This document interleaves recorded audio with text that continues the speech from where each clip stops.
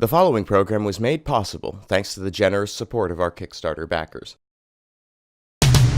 Well, first Holmes was born, then he got fat, bald, and tired. Sup, Holmes? Beware, your host, Jonathan Holmes. It's me. I'm here with Syrenne. Syrenne, how are you? I'm good. How are you? I'm all right. I'm tweeting about you, and I tweeted about you. Now it's out there. Lots of tweets about me today. Yeah, I know. I didn't get to include your name in the tweet that time, but the other tweets. For people who don't know, if you want to just see a lovely Persona 4 animated GIF, you should follow Syrenne immediately on Twitter. It is Syrenne. Not how do you say that? You can say that. Sycoraxic98. Yeah, that's tough. SYCORAXIC 98. Yes, that's you. Or just at Four Corner Games, and the description of that has the link to the profile.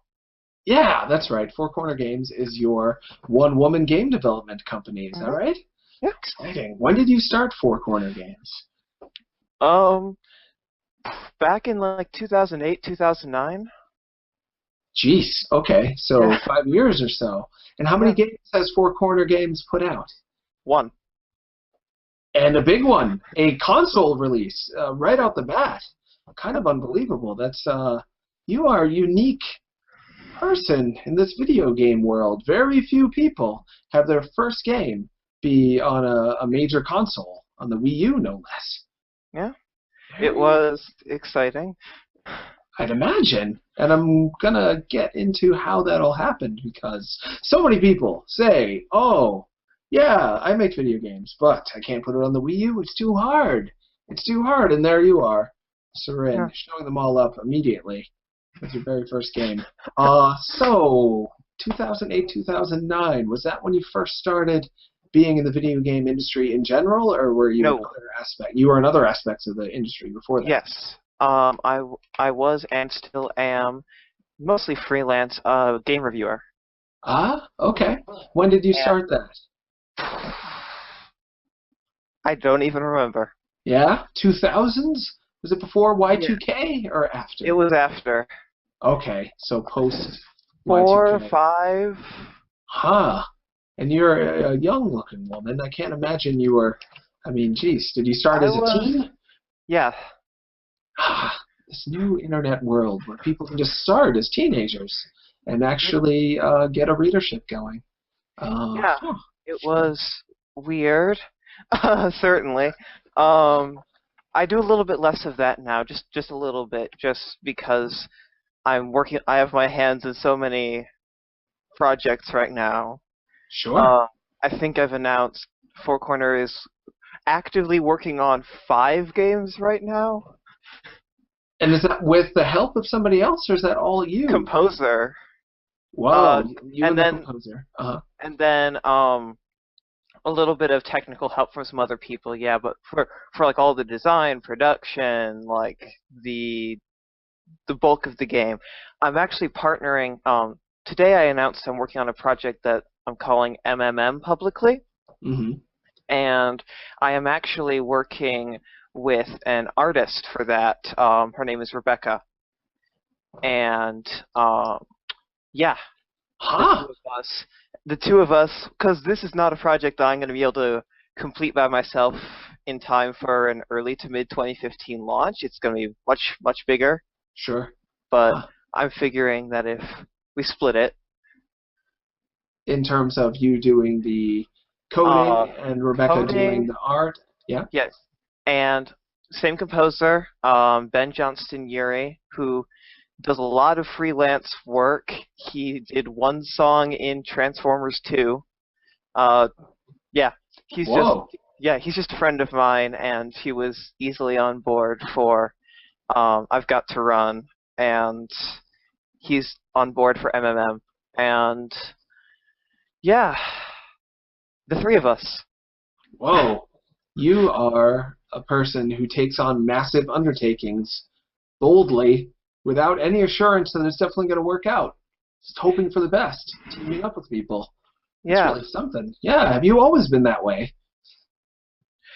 Actually, I've usually been the one that shuns group projects and just says, I can do it better myself, I'm sorry. Which is maybe why it took 5 years to get a game out. Sure. Huh. And were you working on I've Got to Run for those whole 5 years? No. I didn't think so. Yeah. No, I've Got to Run started in October of last year. Okay. And it was always targeted at Wii U. Huh. And what, for people who don't know, I've Got to Run, Endless Runner, starring Roy the Marshmallow Boy. Am I remembering this correctly? I never know if I'm going to remember anything right. A lovely game, simple, straightforward, jump in, play for a bit, jump out, though it is one of those games that once you start playing, sometimes you feel compelled to just see if you could do a little bit better. Is that the kind of game you've always wanted to make, that kind of arcade-ish, high-score focus game? Nope. Seeing your persona avatar, I assumed you have a passion for stories, for larger visions, that sort of thing. Which is why I was a little surprised. I was guessing that part of what drove I've Got to Run is being a one-woman studio. This is the kind of game that you could tackle for your first shot. Is that part of why the game turned out the way that it did? That's absolutely partly why. I wanted to combine basically the best elements of 3 games, which were Cannibalt, BitTrip Presents Runner 2, and Cloudberry Kingdom. Ah, interesting mix. So Cannibalt is, for those who don't know, is an endless runner. It's what, quote, sparked the genre.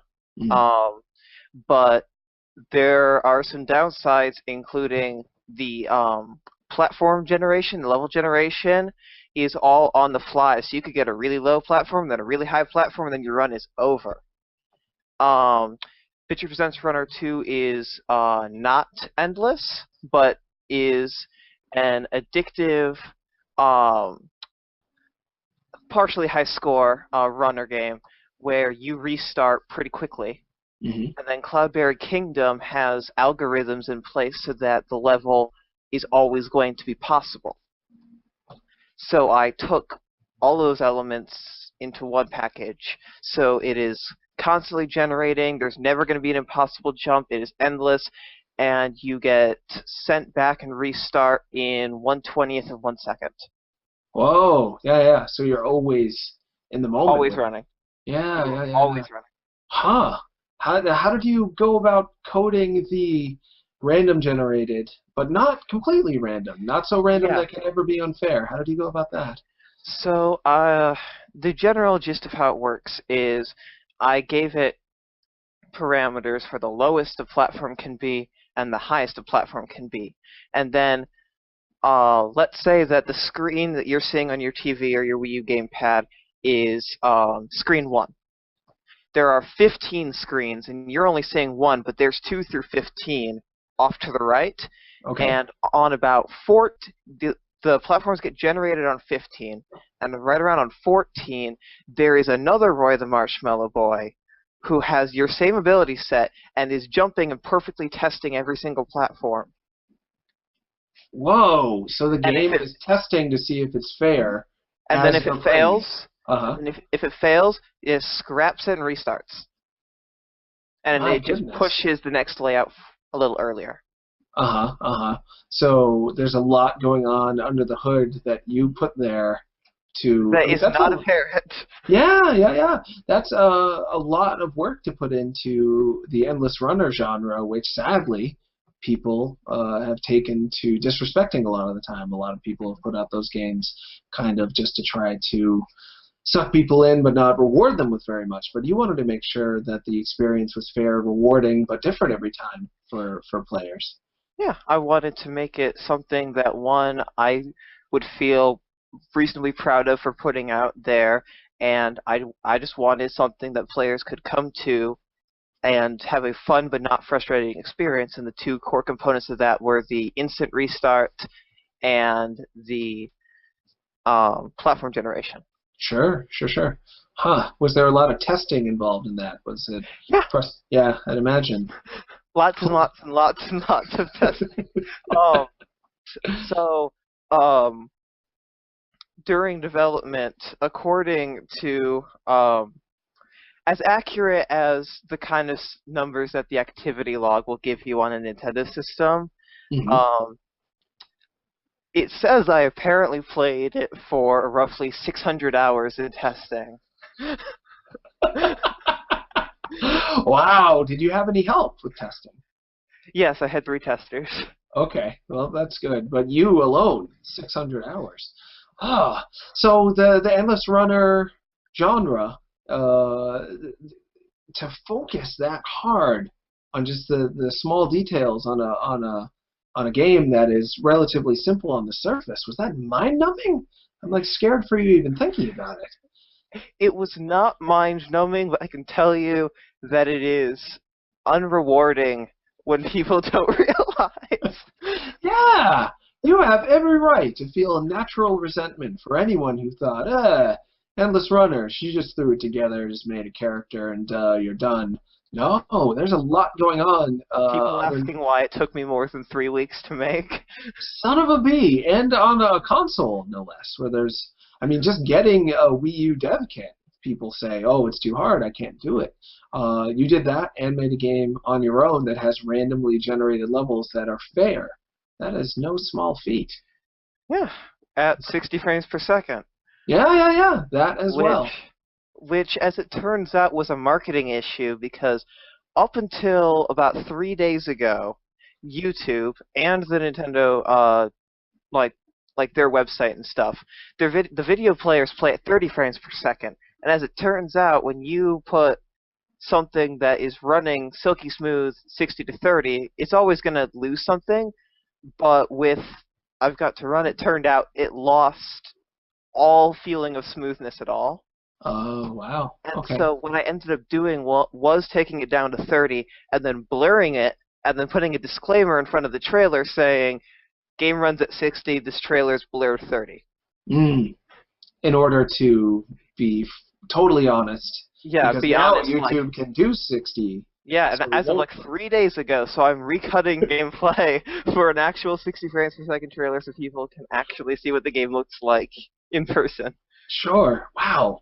What do you think it is that drove you to be this dedicated to this game? A lot of people would have stopped, given up, that sort of thing. But you've stuck with it. Why do you think that is? 4.5 years of prototyping.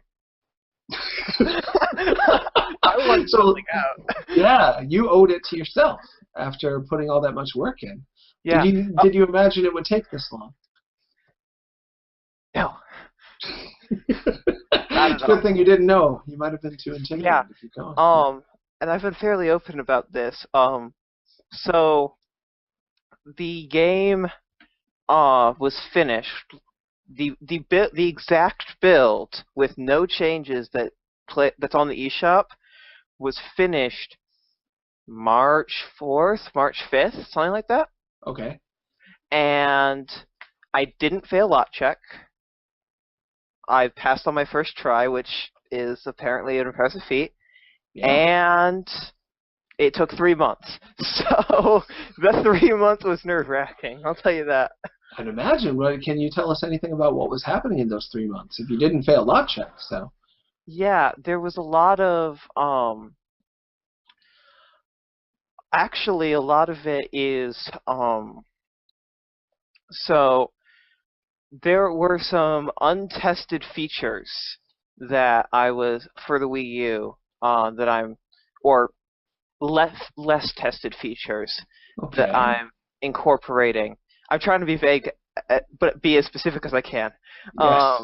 There were some less incorporated features, and I was eager to put them in. Okay. And a lot of it was actually sitting around and waiting to see if Nintendo could answer my questions. And then around GDC, which I attended, I met with Nintendo and I just asked like all of their support teams, just like, what do you think is the pipeline on this? And like, give it 2 more weeks, and if it doesn't, submit it. So I basically just wasted a whole month just sitting around and waiting, which is actually what I'm doing right now. I'm still waiting for those answers, and then I'm going to put them in an upcoming patch, and this patch is going to go out, and it's going to, yeah. Huh. So it's just so I'm hearing you right. There are things in your game that you wanted to ask Nintendo, is this okay? And they No. didn't. No, not okay, No. but No, something not about necessarily. them. There is a system of features Yes. that I've publicly announced Yes. that isn't actually in the game yet, but will be patched in because there have been some communication issues and confusions. Whoa. Are we having a communication issue and confusion right now? Because I think I know something happened, but maybe it didn't?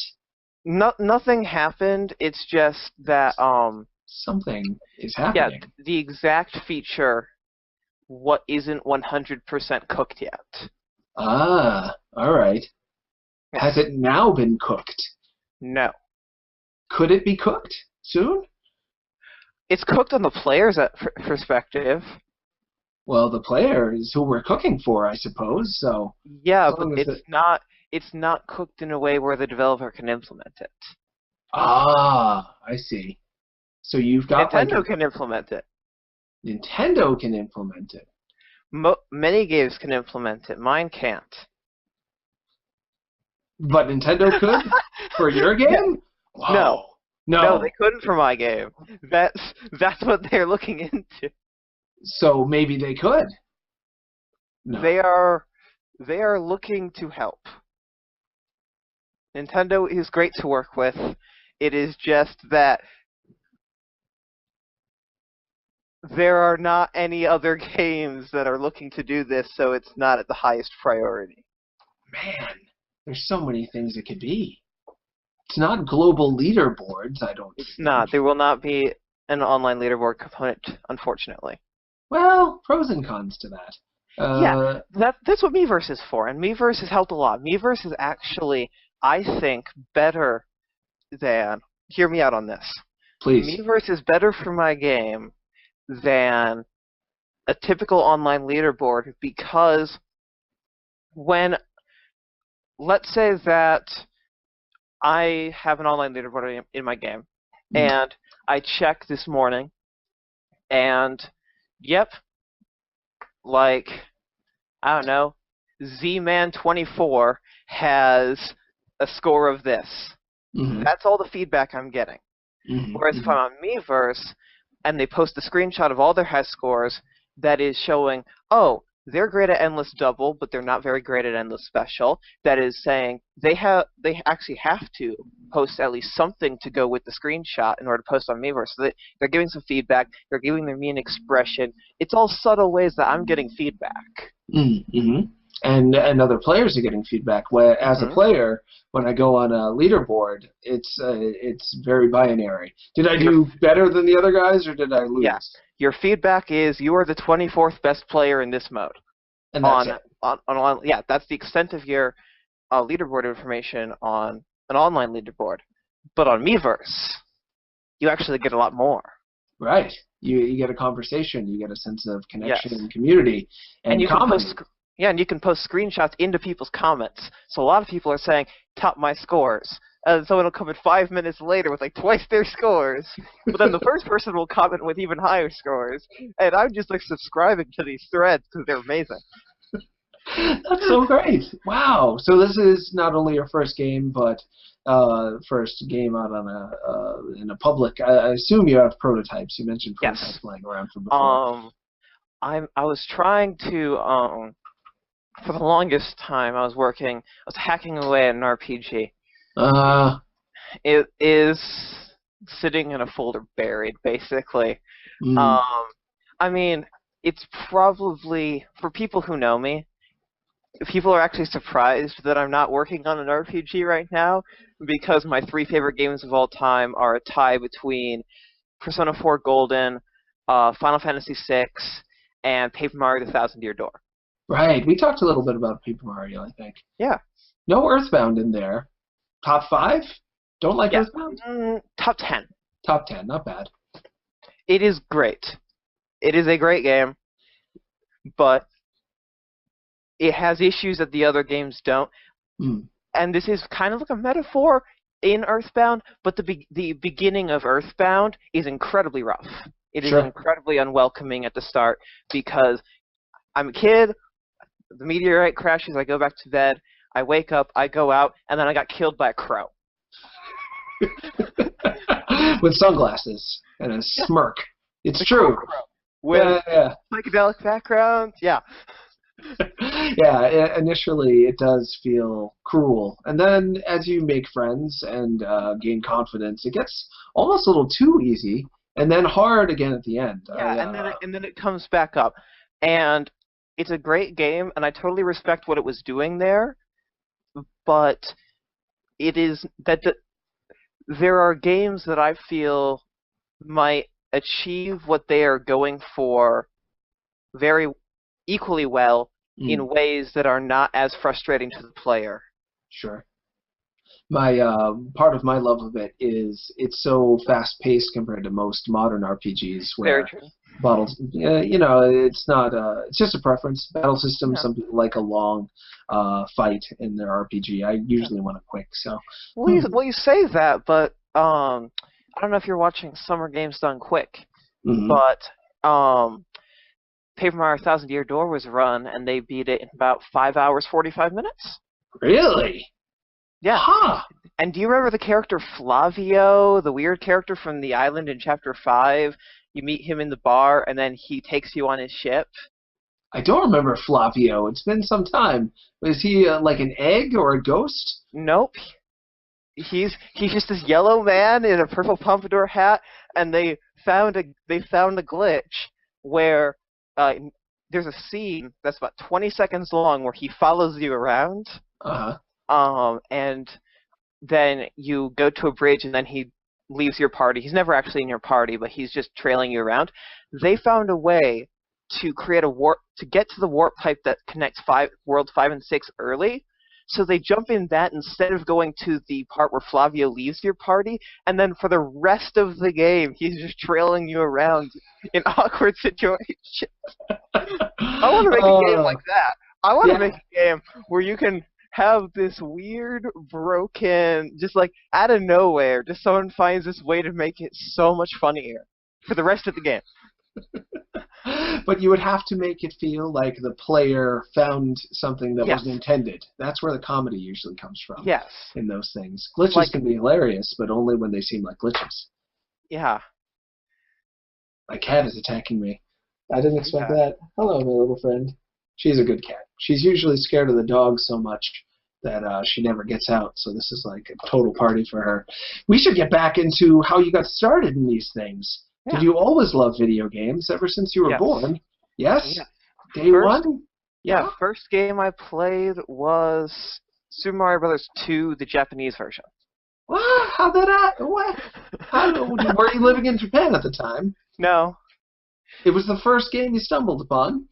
Yeah, I just, well, it was actually in the, I was kind of a late bloomer, I guess, a little bit. Okay. It was in the, All-Stars collection. Oh, right, sure. And I looked and I saw 1, I saw 2, I saw 3, and then I saw one that didn't have a number, just had a subtitle, and I wanted to go for that one. What a rough start. That game has gone on to be kind of synonymous with being one of the first games that intentionally trolls the player just to inspire a sense of comedic frustration that has been copied in 1001 Spikes and Saiban Action and all sorts of games that have followed. But that's the game with the poison mushroom. You think, oh, this will make me happy, and it just makes you sad. That was your first experience. I wouldn't be surprised if you see that bleed into any of my future games. No, I loved it. I don't know why. It was not. I then moved on to Link to the Past. Mm-hmm. And then I finished that. That was the first game I finished. But then I went back and I finished Lost Levels. I don't think I've ever even finished Lost Levels. Is it and it's really long too, if I remember correctly. At least the NES version has like a world 9 and then a world like A, B, and C, and it goes on and on and on. By finish, I mean 8-4. Right, very well, that's much more. I don't think I ever finished like World C or anything. Oh yeah, that stuff is So brutal. that's where it becomes ROM hack level. Yeah, exactly. Huh. So when did you get it in your head that you might start making video games? Well, I'm not going to name names, but there was a game I was set to review that inspired me to feel like I could do so much better. Whoa, you're not going to name names because you don't want to step on toes, I assume. No, and I've actually spoken to the developer since, and they admit it was a terrible game, and they're just like, no, this is a terrible game. We had like 2 months to make this game, Aww. and I'm like, fair play, but without it, I've got to run would never exist. So Really interesting. Was it maybe you can not reveal the game, but give us a little bit more of an idea of the game and whether it was from a major publisher or was it? it was not from a major publisher. It was on a console. It took about 25 minutes to beat, and it crashed. Man, I wonder what that is. I really may after the show. Maybe you can tell me so I can play it. Huh. So playing somebody else's game that they said they couldn't finish properly. Found that out later, but it made you think I could do better than that, or I want to. Yeah, at the time, my thought was, yeah, I can do better. Huh. Wow. And I don't even know programming, but I feel like I could I could make something a little better. And then I just had so many experiments. I wanted to make like a card game, and I wanted to make like a video card game, similar to like the Magic the Gathering PC games, except way lower budget. And I wanted, and yeah, I was working on an RPG, and then that just fell apart. Sure. And then I was working on another RPG. Doing all the art yourself as well? I never got past programmer art. What is programmer art, you think? What does that mean exactly? It means I went onto Google Images and found something of the pixel size that I actually wanted to use and threw it in there so I could start testing without having to take a break for drawing it. And then that's where it was. But that's not... I've Got to Run isn't programmer art. I like the art quite a bit in that. And you did that all on your own? With help, yes. Sure. I don't have that good of an art. Like, I am not an artist, first and foremost. You will never see me contracting myself out for art the way you might for design on certain genres. Sure. And, clearly I can get dedicated to a project. So you would put yourself as a designer, then coder, and then artist in that order? Yes. Okay. Yeah. The coding is impressive, but even that, you said coding wasn't exactly a passion for you at first. It's something you picked up as a means to an end in order to Yeah, to create. it's entirely a means to an end. I dread when I have to go back into my code. So as a nice transition there, because today I announced I've got Syrenne Complete Edition, Nice. which is coming to PC, Mac, Linux, Nintendo 3DS, and one other platform that I can't say yet thanks to bureaucracy. It's actually the version that's furthest along, which is pretty funny. Interesting. Hopefully I'll be able to announce it like next week. It'll just be like an addendum email, just like, hey, the other platform is blank. Yeah, and let me tell you that every single shortcut I took in the code is coming back to bite me tenfold because I'm actually having to revisit all the code and go over all of the events and. Well, yeah, the PC, Linux, 3DS, and unannounced platform, and Wii U. I don't think. And Mac. And Mac. Sorry about that. Missed that one. I don't know of those that share a common language, particularly 3DS. I know Unity works in, I think, all of those, but not 3DS. Nope. Not 3DS. Not 3DS. It does on PC, Mac, Linux, and it kind of does on Wii U, but it doesn't on 3DS. Right. So you're having to, and then unannounced platform. Who knows? Yeah. So I didn't use Unity though, so it's not a case of that. But 3DS is a case where this is being built from the ground up for 3DS. Like, I'm starting from scratch again. sure. And no phones. One of the things people would imagine the endless runner genre, and your game included in this, is great as a game as it is. It is the kind of game that a lot of people may only put 10 minutes into at a time or so. Endless runners doing so well on phones. You're doing everything but phones. Is that by design? Kind of. Um, Android is an interesting case because there are so many different builds and configurations of Android phones with different resolutions and different screen sizes, and I don't want to release it saying you need Galaxy S5. That is the only phone where you can play I've got to run. I don't Sure. want that. Yeah. I don't, and it's like just because there are so many SKUs, that's just like I don't need that headache. Mm-hmm. And iOS, I am not opposed to. I'm opposed to an iPhone version because of screen size, like just screen size, and if you're touching it, you're covering up upcoming platforms. Sure. But I'm not opposed to an iPad version. The issue is that you can only compile and release an iPad or iPhone game if you're running a Mac. And Ah. I don't have a Mac, so Huh. I can't release on iOS. And I So don't much. and Android is a headache. I am wink wink, I am not opposed to an iPad version if anyone's listening. Would you want to, let's say somebody wanted to partner with you on that. They had a Mac, they had some coding, and split the profits 50-50 or something. Would you be interested in that, maybe? I would enter talks. Hmm. Who knows? Yeah. That's It's, fun. it's just I don't think I'm going to get the amount of returns as it would cost to invest in buying a Mac.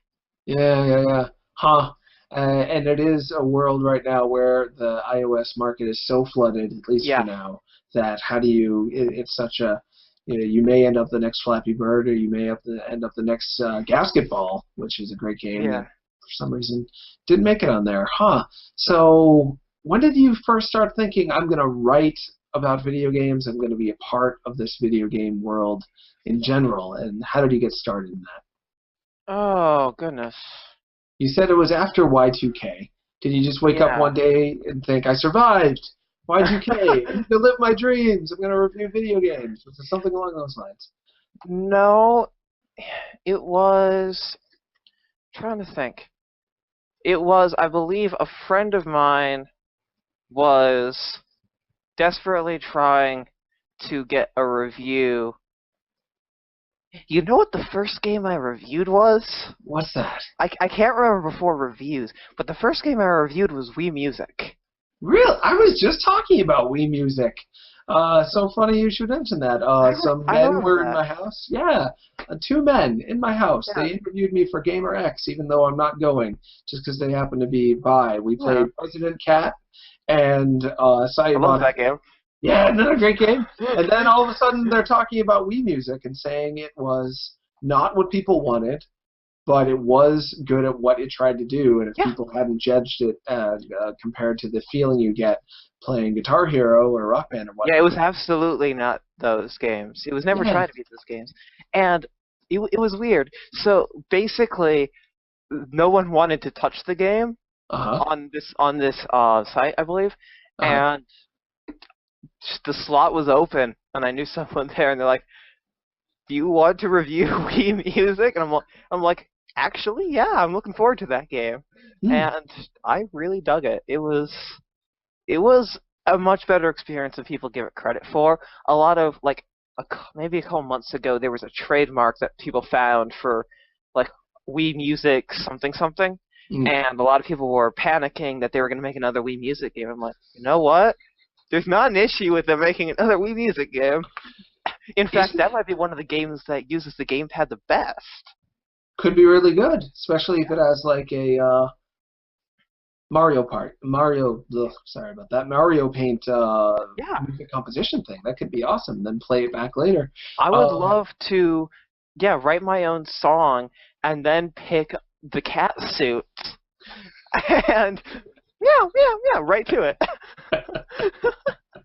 It would be great, but it would be so uncool, I guess. I think that was one of the things about Wii Music. People saw it as an emblem of Nintendo not knowing how to be cool guys. The Wii Music Funny presentation. Yes. Shareholder meeting, it just came out that like the official Nintendo stance is we don't care about being cool. We're trying to let people have fun. Like I think that was Miyamoto that just explicitly said that the other day. Yeah, I read that. I read that actually a few hours ago. But this is something that this new internet world we're on, and you have helped form for a while now, writing on it. Did you notice that there are certain games that people want to review because, oh, it's a cool game, people think I'm cool for reviewing it, and then other games, like Wii Music, perhaps, oh, this isn't cool, even though it's going to sell 3 million copies, the internet audience is going to look at me as, like, not a cool reviewer because I'm associating myself with it, so I'd rather not do it. Have you seen that kind of thing happen? Yeah, even like as recently as the last couple of years, I'm remembering Game and Wario. No one wanted to touch that. Really? Yeah, and so that got sent to me, and then someone walked in on me playing Pirates, Uh-huh. and what was that? What was the tech demo that became that? Was it Shield Pose? Shield Pose? That's it. Yeah. And they saw me playing that, and they're like, "Wow, like, how can I get this game? This game, it looks awesome. Like, this is Game and Wario, the game that you refused to even play." Yeah. Because it was a minigame collection.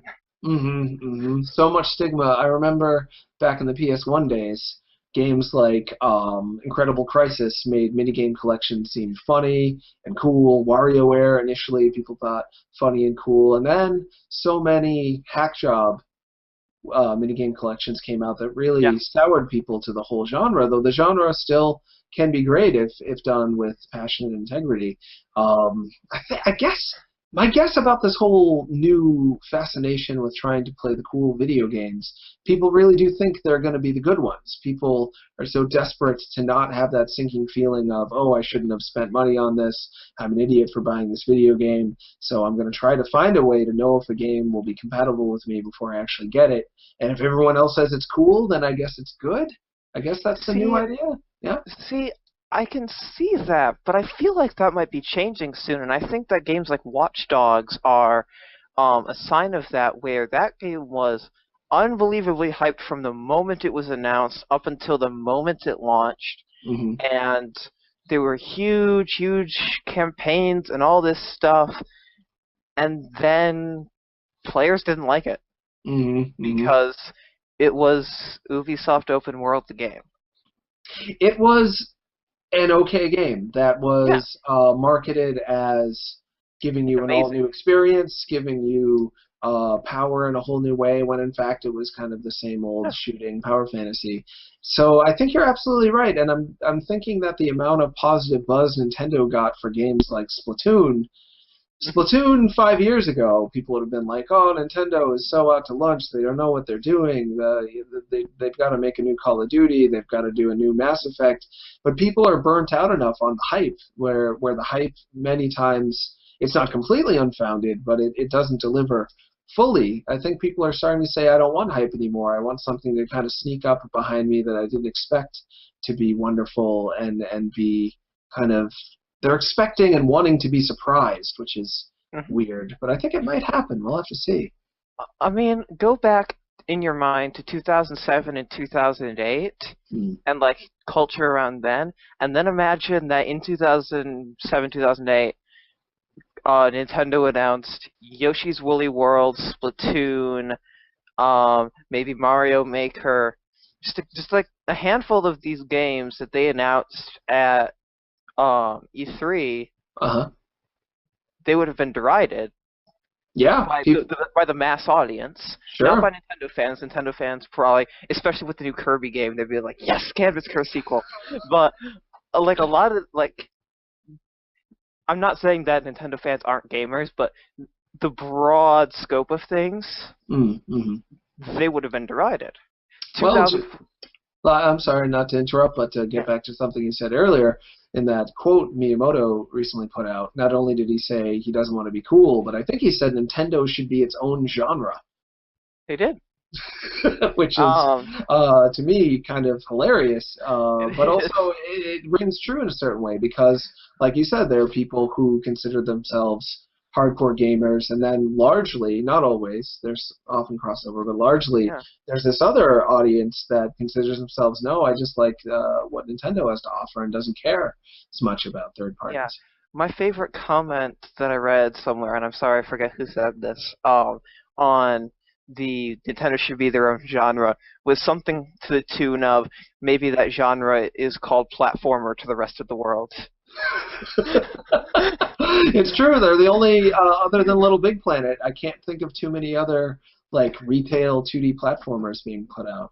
And I always wondered how Little Big Planet would do on Nintendo consoles. I always kind of thought It that. would be derided for its jump, first Uh-huh. of all. That's true.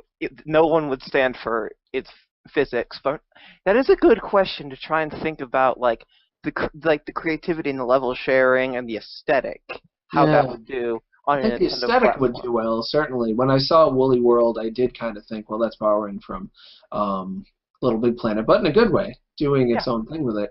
I get the sense that because it isn't different enough, like on the PS3 and the soon-to-be PS4, that's the only place you can get that sort of thing. So people will put up with some of its shortcomings. Stack that up against Tropical Freeze or even New Super Mario no, Bros. U. Yeah, I don't see no, it surviving quite as uh, well. yeah, it's it's an interesting.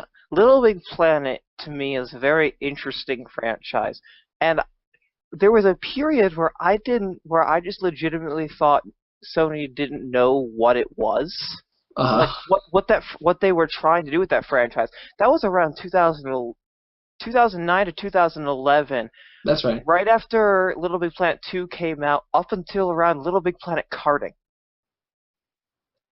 And they did do a karting, didn't they? Yeah, they did a Mario Kart Little Big Planet game on PS3 that sold like nothing at all, and then was on PS Plus for about 2 years.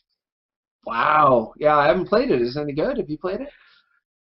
It's slow, and you're gonna love That's this. You're gonna unfortunate. love this. Yeah. The drift feels too floaty.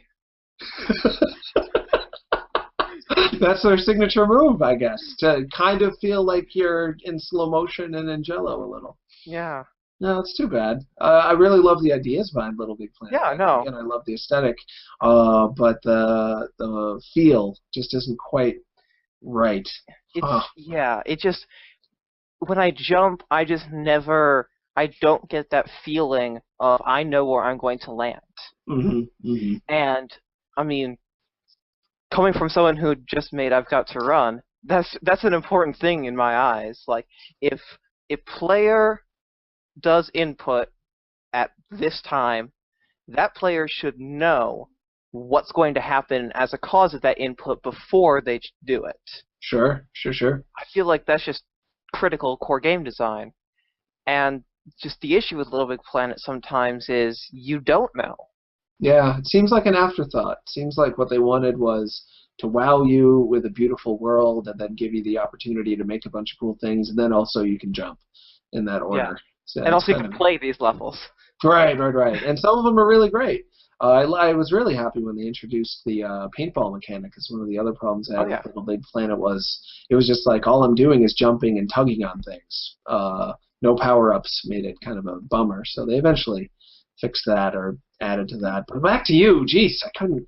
Wow, we really had a fun tangent though. Yeah. I didn't see that coming. Huh. So you got into writing about the video games because of Wii Music, and you liked how it felt to spend a lot of time, energy, psychological wealth spent on this world, entering this world of video game community, and it It felt good. was. Well, the aspects of it felt great, and other aspects it didn't. I am weird in that I enjoy playing the game critically analyzing it, going through and breaking down mechanics, saying, this game has this very specific issue. It's a great game, but, like, this does not feel right. And if you are looking for this, this is not the game for you. But otherwise it is. Like, I like that kind of, just breaking it down, not necessarily trying to find fault with things, but it's trying to analyze not just the whole, but also the parts, but the whole is also not the sum of the parts. So trying to just analyze all of it in my head and then put it into words, I really like that challenge. On the other... Yeah, go ahead. No, I was going to say, it's so hard, but yeah, on the other hand. On the other hand, I am not the biggest fan of... I'm going to say this, and then I'm immediately going to explain it, because this is a fun soundbite that anyone could take. Okay. Not a big fan of the gaming, quote, community, unquote, like, as a whole. And there are a couple things I mean by that. Like, there's obviously the idea of, like, the 4-point scale. Of, your game is, you know, if it functions, that's a 6. And, like, if I can boot it, that's a 6. But, and then, like, people getting angry, and people getting angry over reviews of games that aren't out yet, that they have never played. And, like, I know that this game is a 10 because it's a Mario Kart game, so of course it's a 10. And they're like, yeah, but my opinion was marred by the battle mode. And they're like, no, it's a 10. You're talking about Mario Kart 8, for instance? Yeah, like, as an example.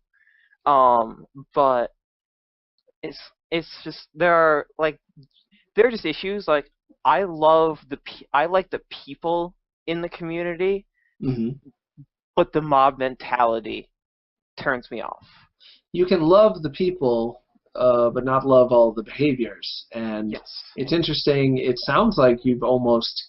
Like, I'd like to read your review of the video game community, because just as you review a game and break it down and see what all the various aspects are, and you're right, with games today, especially RPGs, which I wanted to speak to, because hearing that you're trying to design one of those, that's tough, because there's so many parts that have very little to do with each other, but they all have to fit together perfectly. Yeah. Like, here's a question that, as the player, you don't necessarily think that the designer had to ask themselves. At what point in the game do enemies start dealing 15 damage to you instead of 9? Yeah. Exactly. There's so many things. And it's got to seem natural that they're a little bit tougher, but you can't know exactly how much tougher they are, and you can't be too disappointed when they kill you too easily, and you can't be too bored when you kill them too easily, and that's not even going to get to the story. And then you test it, and then you get good at it, and then you up the difficulty because your testers got good at it, and so then you don't know what an actual balance is anymore. It's brutal. It is so hard to get all those parts to fit together. In many ways, it's easier to just sit back and point out some of the things that didn't work. But then as a reviewer, do you ever feel badly when you say, well, I really enjoyed this game, but I can recognize that there's aspects of it that could have been done a lot better, that weren't compatible with me, or felt worse than other games, so now I have to knock it down a few points, and then other people coming at you for saying that your opinion is wrong. I mean, that's also kind of a frustrating battle. Yeah, I mean, and there are some issues that I don't ever really, like, hold against the game. Like a good example of this, like, a lot of it is maybe just, it's unavoidable, so I don't really hold it harshly, but and a good example of this is Shovel Knight. Oh yeah? Tell me about that. Yeah, so I was playing Shovel Knight, I've been playing Shovel Knight on Wii U, and I've been enjoying playing it with the Wii U Pro controller. Now, if you played that on Wii U, then you know that the gamepad screen lets you switch between items on the fly, which is very useful in later stages. So that is an advantage to playing with that controller, which I believe feels worse. However, there's no other way they really could have done that. you can't use the screen on the Wii U Pro controller because there's not a screen on the Wii U Pro controller. Right. That's why that's the whole point of that controller. And I haven't tried this, so maybe you can answer my question. Pikmin 3, very interesting use of the gamepad in that most people would control with Wii Remote Nunchuck, but still have the gamepad near them as kind of like a ancillary. Yeah, for a little bit. And then also using the TV. Can you use the gamepad screen to change items in Shovel Knight while you play with the Pro controller? You can. It's just less than ideal because it's a Twitch game. Right.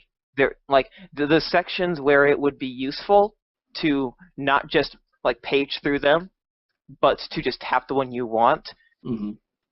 It would defeat the purpose if you looked away from this screen to another controller and then touch that one and then move back to your game. Sure.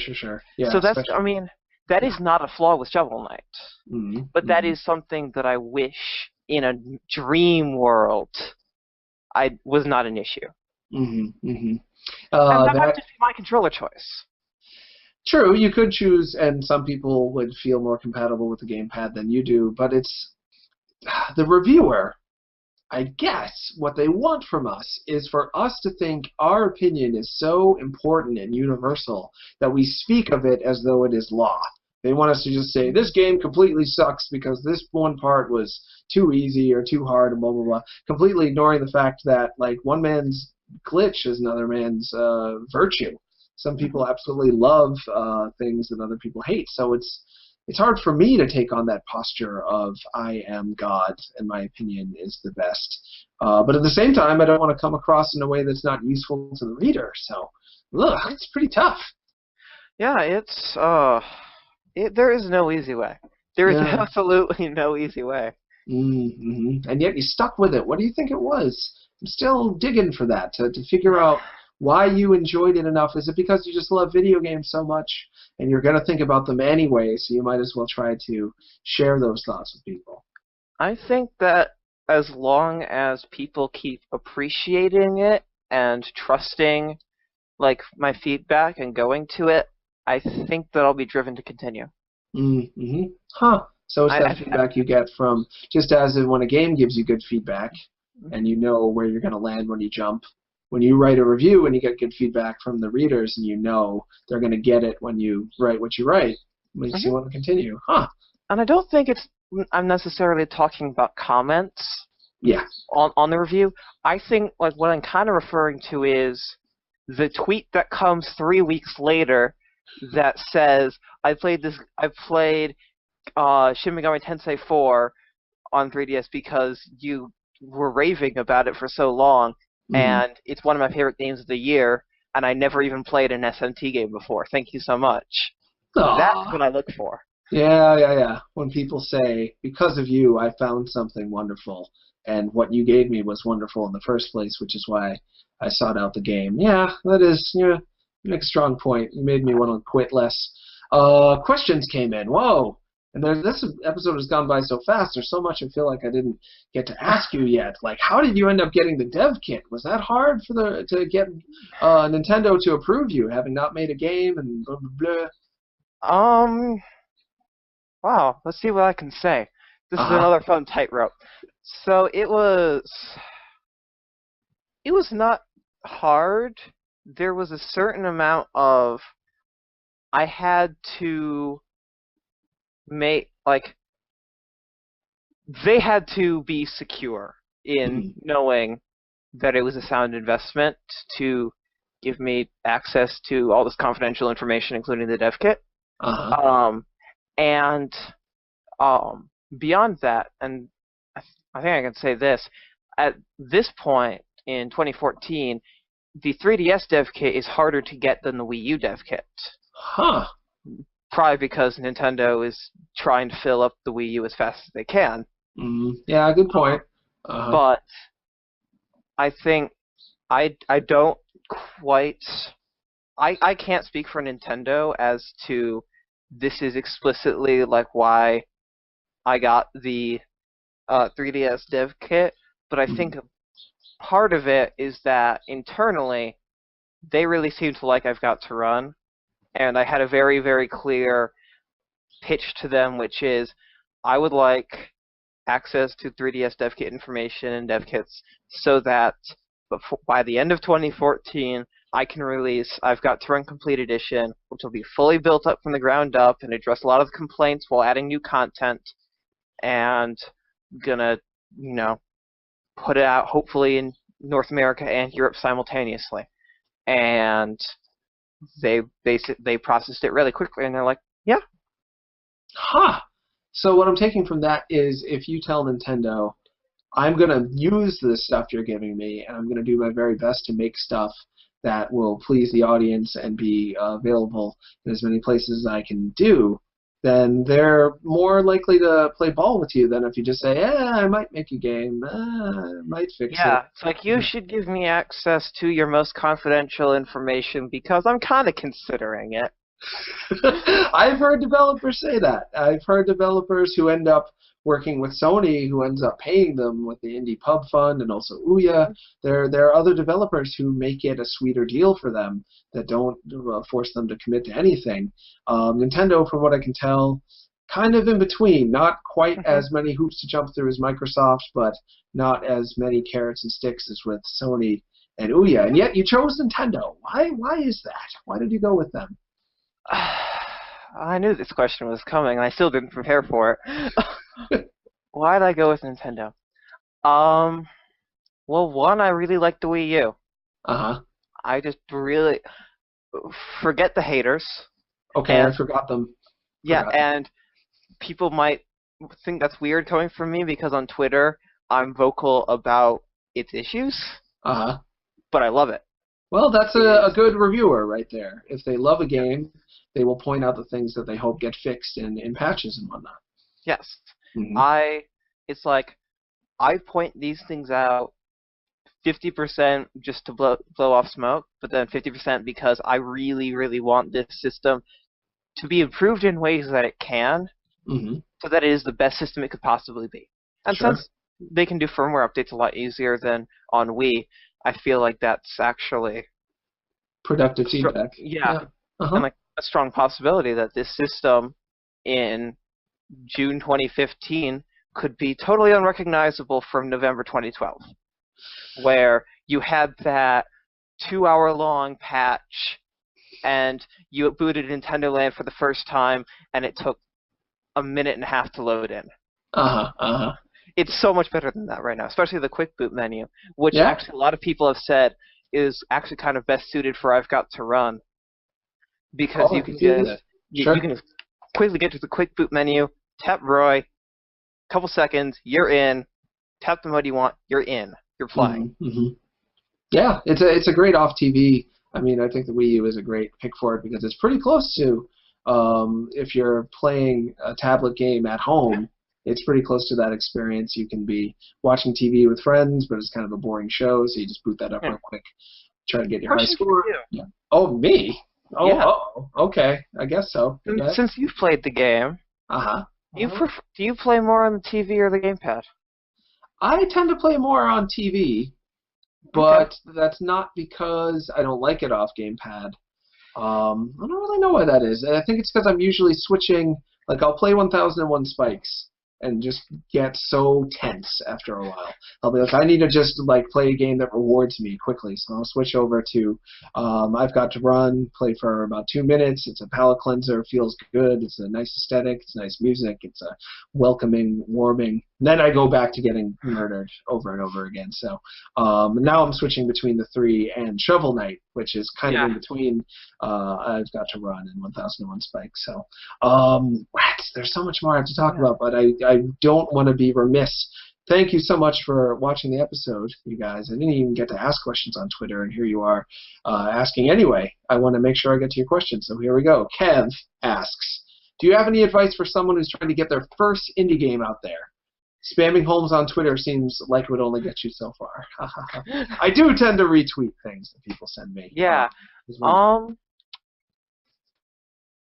Honestly, the best thing I can suggest is have a clear vision and get to work. because it's a lot easier to pitch to both players and maybe just platform holders if you're trying to release on a console or a handheld.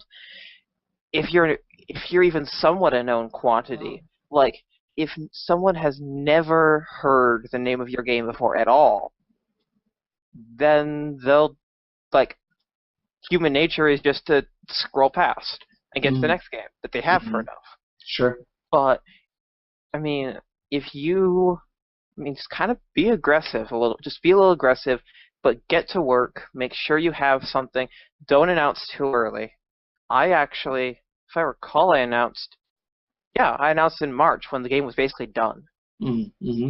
Well, because I could put out screenshots that weren't programmer art and all this other stuff, and I had drafted a PR plan, and I actually announced the weekend right before GDC, and then I had GDC appointments with a couple people, and it was all lucky. Lucky is absolutely a small factor, but really, just put in the work and it'll show. Yeah. I do think that it was a smart choice to go with Wii U, not necessarily because Wii U is where the game would sell the most. Hopefully it sold well, but, I think I announced today it's successful. That's wonderful! It is not selling amazing, but it is, just the other day, I can't divulge those numbers, but I think 2 days ago, it passed the 60% mark for total lifetime projections for the North American version.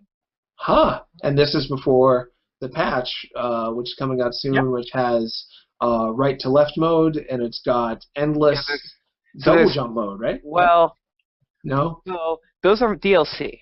Oh, my bad. Yes. So there's going to be 3 DLC modes. There's Endless Expert, which is incredibly fast, and single jump. And you are lucky if you can last for more than 10 seconds if you're one of my testers.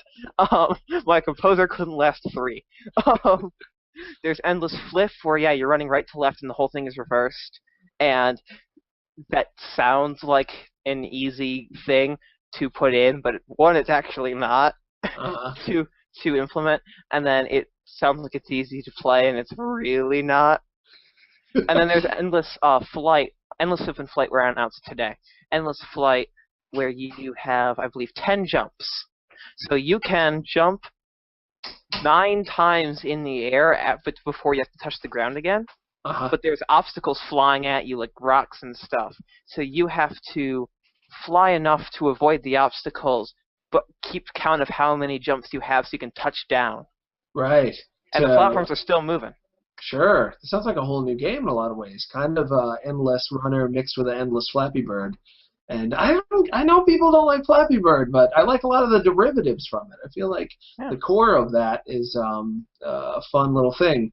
I like Maverick Bird a lot, and what was the Cannonball one again? Flappy Bolt, I think. I think so, yeah. It was Flappy Bolt. But what I was saying before, and that all sounds, is that free DLC or is that paid DLC? I'm hoping to have it very cheap with a buy 2 get 1 free promotion. That should be permanent. Right. If I can set that up, that is in a perfect world, and the complete edition, which will contain all 6 modes, or in the 3DS's case 7, because it's going to have an exclusive mode. Okay. It's going to take advantage of the 3D, and that's all I'm going to say.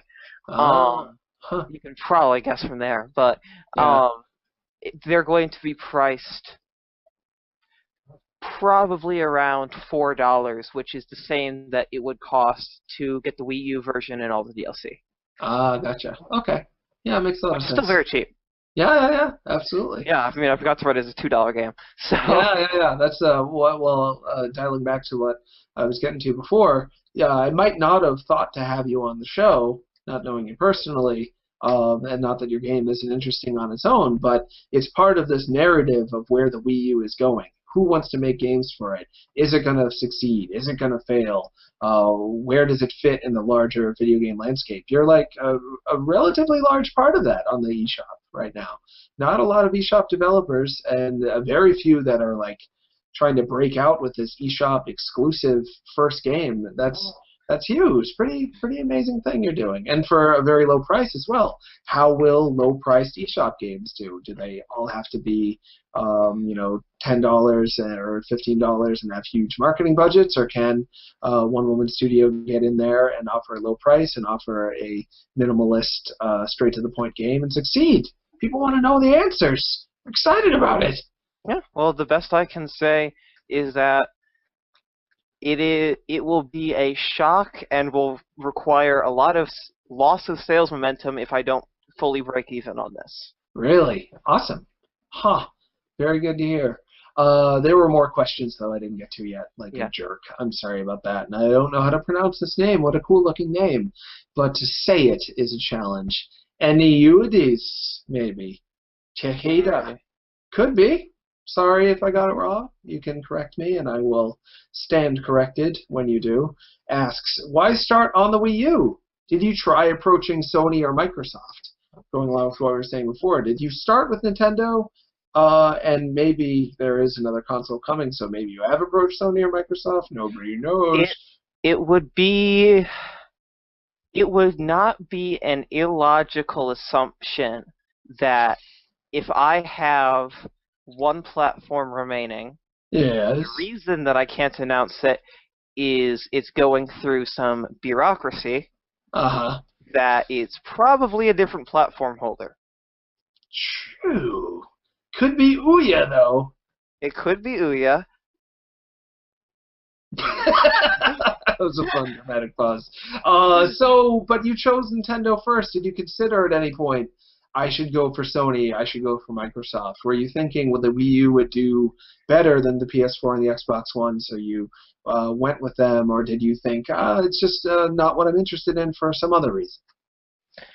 I thought that as someone who grew up on Nintendo systems and all this other stuff, even if 15 years down the line or whatever, that's probably not that far down the line, even if like 5 years down the line I have a game that's not coming to any Nintendo platforms, I feel like it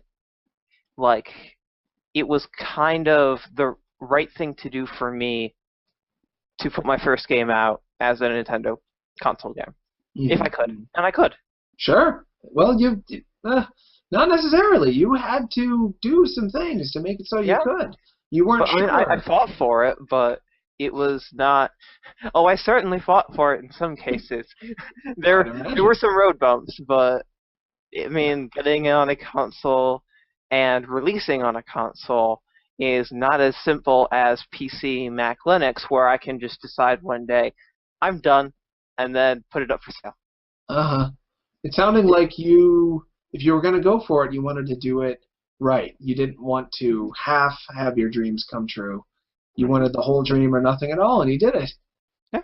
So curious about this MMM game, too. And the same year it's coming out on Nintendo's handheld. Yeah! Which I'm actually even more proud of. So. Well, yeah, it's harder to get it there, sounds like. And that version... I'm being very careful with what I say about this version because I haven't announced too much about it. It really excites me.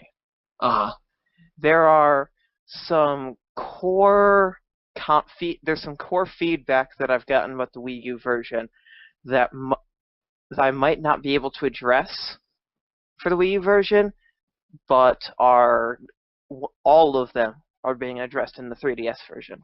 Okay, because you're starting from scratch. Mm-hmm. That is such a challenge.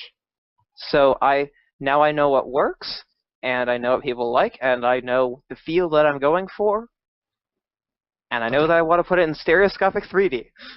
But I imagine writing a long review. Like sometimes my reviews, for better or worse, I think my Animal Crossing City Folk review was like 29 paragraphs or something. I just didn't want to shut up about it. If I had to start that over from scratch, I would be in misery. And you have to start this game over from scratch, coding-wise, with a smile on your face. How do you do it? I'm looking forward to it. I'm looking forward to its release.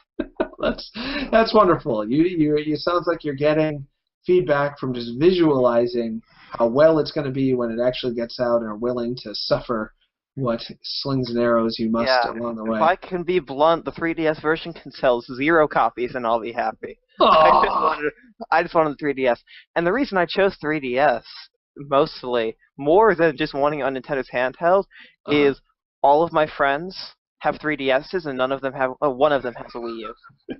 It's So really, we gotta get to. Well, you know, it's if I'm blunt, it's just so that my as you should friends be. can play it. Yeah, life is too short to Because think my friends only love about. it, and they're like, it's like, how can I get this? And I'm like, do you have hundreds of dollars to go buy a Wii U for a $2 game? And I'm like, nope. And I'm like, well, what do you have? I'm like, I have a 3DS. That's And what most. I've been thinking about that since January, and then Complete Edition has been in the works since March. Wow, since you completed what would be sent to Nintendo for, huh? Well, I see very good things for you. This kind of passion, this kind of rejection of just going after the money, and instead doing what really represents you as a person and what you're excited to do, tends to pay off for people. Not always, but tends to. Yeah. So excited for it. Natalie Kipper. Oh, I kind of asked this already. I'm glad I got to say Natalie Kipper's name out loud, though, 'cause it's a great name. Can you say anything more about the process of getting the Wii U dev kit? Or have you said all you can say? Do you have to send them an email? Do you need to have an office? Do you have to send them a lot of money? Do you have to send them a headshot? Whoa, your cat. The restrictions for the Wii era are different from the restrictions for the Wii U era, and I think that's all I can say. Gotcha. Okay. Huh. Would you advise other people go for it if they have a clear vision, if they are certain that they're going to be able to put out a product? Do you think it's worth it? If you're certain that you can get it running on Wii U in a way that will make Wii U owners happy, then yes. Huh. If you think that I could get it running on Wii U but it wouldn't feel right, I would not recommend that. Sure. Yeah, makes a lot of sense. Good old Vid Sermon, my old friend, asks, any thoughts about oversaturation of certain genres in the indie scene? How does one know what to make and sell when the genre might be oversaturated by the time it's finished? This is such a great question, Vid. I'm sorry, Yeah. speak to it whenever you feel ready. I'm ready to shoot my dog with water. What were you going to say, though, Syrenne? Sorry about that. You don't. You don't know. And that could be a real nightmare. Absolutely. Yeah. There are sometimes you can predict it. As soon as Flappy Bird started hitting the news, you could predict that there were going to be a ton of Flappy Bird clones. Mm-hmm. Sometimes it's predictable, sometimes it's totally not. Sometimes this is all theory, but removed, oh, I'm making a character action game, and then I release the same month as 3 other indie character action games. Yeah. Thanks, guys. This has been my life for 3 years, and now I'm gonna go. Unfortunately, there's not really that sense of security because games do take so long to make, and you really can't switch mid-go. If I really wanted to, maybe not the last minute, but as late as January, I probably could have switched. I've got to run into a platformer instead of a runner, Uh-huh. but for the most part, if you're making a character action game, you can't really go turn that into an RPG in a few months. Sure. Yeah. The framework your framework is. Well, it's a new game. Yeah. Absolutely. So that kind of gets back to the promotion. If you're making a game, and if you're noticing that, say, adventure games are making this huge return, and you're really worried, get out there, publicize, market, advertise, all these things. Just because you're indie doesn't mean that you can't have your own little public relations campaign. Mm-hmm, mm-hmm. And that's, I'm trying to figure out if there's a way to ask it. I think I'll be more general. So you are a video game reviewer, you have certain connections in that world. Did that help you to publicize your own game? And what would you give for people in terms of advice on how to publicize your game starting out? What's the key way to think about it?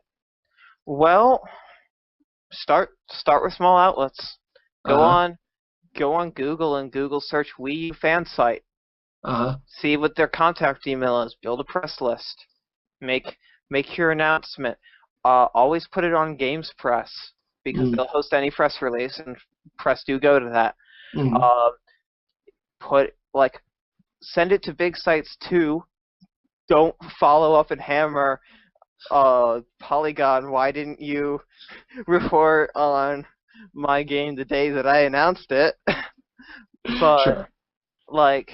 and there are sites that do strive to cover everything. Go Nintendo is a good site like that, where they strive to have all news, like Ever. every piece of news ever. Yeah, they do. Yes.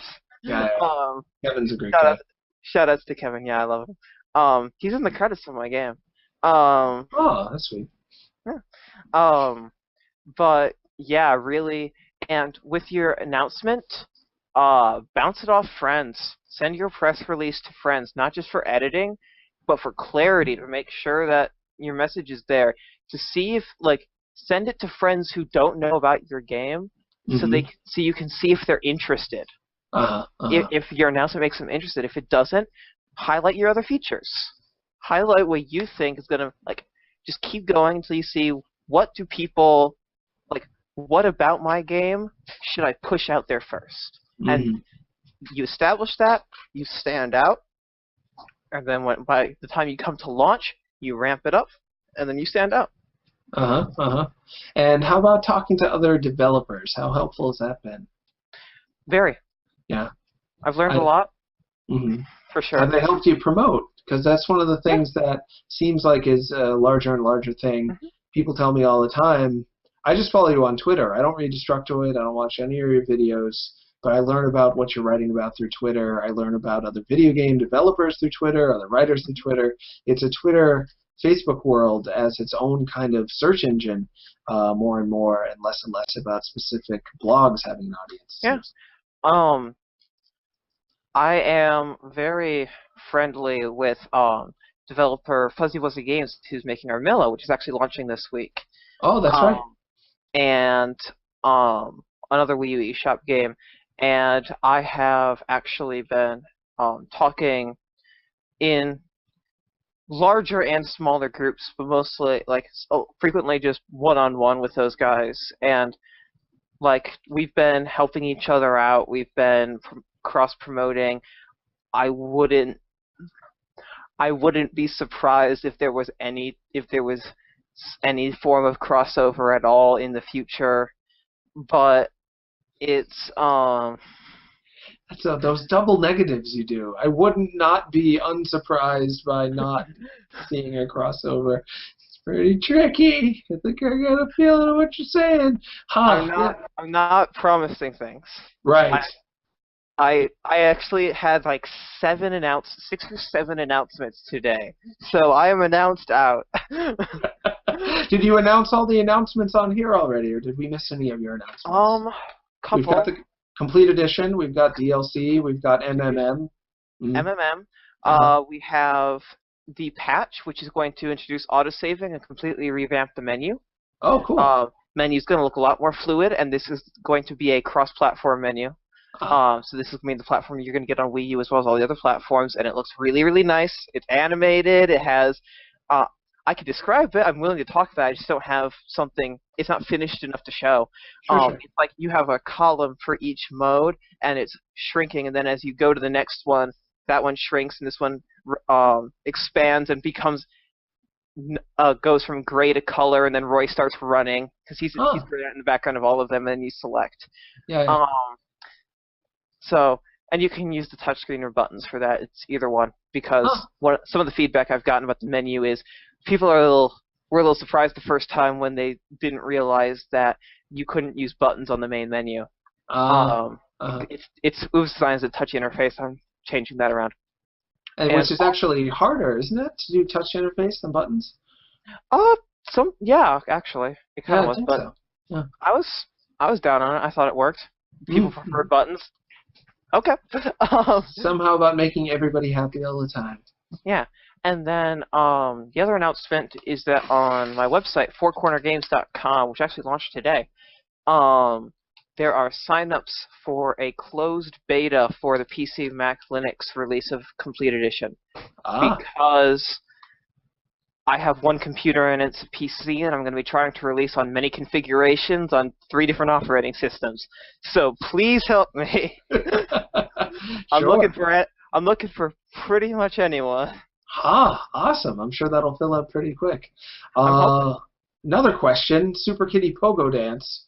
Are there any indie communities you would recommend, other than big ones that are big enough to matter, but small enough that you can stand out in?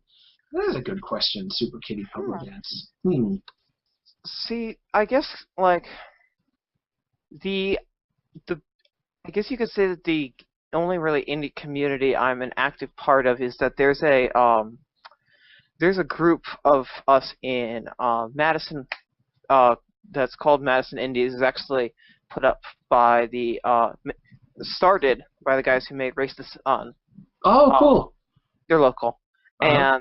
And since Madison has a couple game studios, including Raven Software, which used to make games like Singularity, and now works on Call of Duty all the time because it's owned by Activision. Mhm. People dropped out and became indie.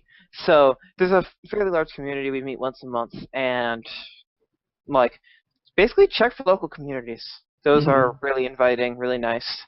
In real life communities, and there Yes. are a lot in Boston, San Francisco, New York, larger cities. Online, I guess I don't know if you've ever been to the Take Source or gotten involved with Ludum Dare or any of that stuff. I've considered Ludum Dare. I don't think I could ever put a game jam game out anywhere because, well, I'm a perfectionist. I always have been, and again, that goes way back to the start of this talk where we were talking about the off-camera stuff that was going on and have got to run. Sure. But yeah, I don't know. I feel like I feel like I need to own anything that has Four Corner Games name it kind of attached to it, and I'd rather it's like I don't know. I have this weird complex where I want to be associated with finished things. Well, that's I don't think that's such a weird complex. It is something you're trying to be aware and trying to craft something that means something to you that you're proud of, and that's a lesson. Sadly, it takes some people a while to get there. It's wonderful to just go for it and make whatever you can and learn from experience in that way. Oh, But I'm so impressed by everyone who does Ludum Dare. Every single person who can complete a project for Ludum Dare as an individual, as a team, that impresses the hell out of me, and I play as many of them as I can. yeah. I just really couldn't see myself do that, unfortunately. Well, you're still a very young person. It's hard to say. Well, after you master all of this stuff, you might end up going to Ludum Dare just to like blow off some steam to not have to make a game because the business relies on it. That's what Terry Cavanaugh does a lot of the time, and some of the other guys. Yeah. I guess MMM was a prototype that evolved. Oh, really? Yeah, it was just a prototype, and I shopped it around to a couple friends, and I'm like, hey, what do you think of this? And they're like, this isn't a game, is it? I'm like, no. Well, they're like, this isn't like something you're about to release. Right. And I'm like, no, because it has just solid colors and Google Images artwork. But I'm like, what do you think about if I... Well, I'm about to say the first thing about MMM here. What would you say if this were like a 10-hour experience that had tons and tons of replayability? And they're like, I could really get into this. I'm like, okay, that's my next project. I think in the press release, and feel free to confirm or deny this if this isn't true, action adventure, I think you said in there. I believe I did. Yeah. So 10-hour action adventure with replay value, maybe. Called MMM, maybe. That's really all I'm going to say. That could be so many. That's very exciting, though. Those are the kind of games. Here's what I'm guessing, so you know what it sounds like, what people will guess when they hear that. I'm thinking 2D, side-scrolling, probably up and down, left and right, exploration, item acquisition, boss fighting potentially, going through that kind of a world, but with a Four Corners twist on it somewhere. That's what I'm guessing will happen, and it's very inviting right away. I feel like I could take a risk on it, just hearing that much about it. I am glad you feel that way, and I hope it won't disappoint you. That's so kind of you. I think that's just about all of the questions, unless more pop in. Is there anything that we didn't talk about that you wanted to get out there? We have about 5 minutes left. Not really. I want to say thank you to everyone who picked up I've Got to Run and supported me on my first project when I was an unproven developer. I bought it day one. I was excited. You kept saying, I'll give you a code, and I said, nope. I'm happy to be I kept offering. It was very kind of you. Yeah, I try to buy things when I can, because, that's what money's for. Show people that you appreciate them with it. Here's the game I'm going to pitch to you. I know you're already working on 5 games. One of those is I've Got to Run, just to clarify about the 5 games. One is I've Got to Run, one is Complete Edition, and one is MMM. Right. So there's 2 other games out there. Yeah, 3 of them have been announced. 2 of them are side projects that I haven't said anything about at all. It's going to be so weird if you're already working on the exact game I'm going to pitch to you. But it's possible. Could have that kind of synchronicity. You never know. I don't know. The only word I know about it is babies, so give me your pitch. Yeah, it's called Baby Don't Die. It starts off, cinema scene. A cat and a dog, but their bodies are like old religious paintings, like Christian paintings, and they're gods. They're like Why wouldn't they be? Yeah, of course they are. And they're like, it's time for a baby. They summon a stork, creates a baby, which you play as. You get to choose the baby's gender and race at the beginning. But race is just split up into brown, sort of brown, pink, because that's my race world. Keep it as simple as that. And then it would be a Wii game or a PS. I don't think PS Move does tilt all that well. Anything that can tilt. Oh yeah, the DualShock 4 does. DualShock 4 can. So it's a tilt game where you play as a baby, and you have to tilt forward and tilt back in order to get through the level. But it's sort of like Excite Bike, because you want to tilt and hit ramps just right and land for a speed boost. And you need to eat too, because if you run out of energy, the baby will take a nap. But if you shake too much back and forth when the baby has full stomach, baby throw up, and that's no good. Or baby poop could happen in time, and you need to have a quick pit stop to change diaper. The cat and god, angel god things come down and go, time to change baby, and it's like quick time event. You gotta like press the button every time. How's it sounding so far? About halfway through the pitch. All right, you sure? Okay. And all the music will be done by me. So it'll be like singing with Casio keyboard, which is behind here. And I was trying to write the theme song. I don't have it done yet. It's like, baby, don't die. Kind of angelic, never-ending story derivative theme song. And then the next level you play as a teenager. The baby grew up a little bit. And you're dodging obstacles and stuff like that. I don't think I mentioned that. But you still have the same vomiting and poop problem. So those mechanics maintained throughout. I'm so glad you thought that was funny. So those mechanics maintained from level 1, level 2 teenager, level 3 like old, level 4 gonna die, and the last level you are like time to return to heaven, and you just walk into the ocean and like have to platform in the ocean and stuff, hit ramps and stuff until you drown and then go to heaven, unless you got greedy. Because it is going to be a die and you have to start over, just like real life game. You get reincarnated. Unless when you die, you have the option. A chicken demon will come up. Because to me, it's kind of like the way of looking at life is there's cats, there's dogs, and there's chickens. The chicken will come up and be like, sell me your soul and I'll bring you back to life for checkpoints. If you give in to Chicken Demon, you don't know it, but you'll end the game and then go to hell, which is just the hardest parts of the game over and over again, never ending. That's pretty much my pitch. I did that pretty quick. How's it sound? Baby don't die? I think I'd have a fun time talking to Nintendo about that. It does have religious imagery. It does have religious imagery. But they're making Bayonetta 2, so who knows? They are making Bayonetta 2, or they're funding Bayonetta 2. I think it has merit.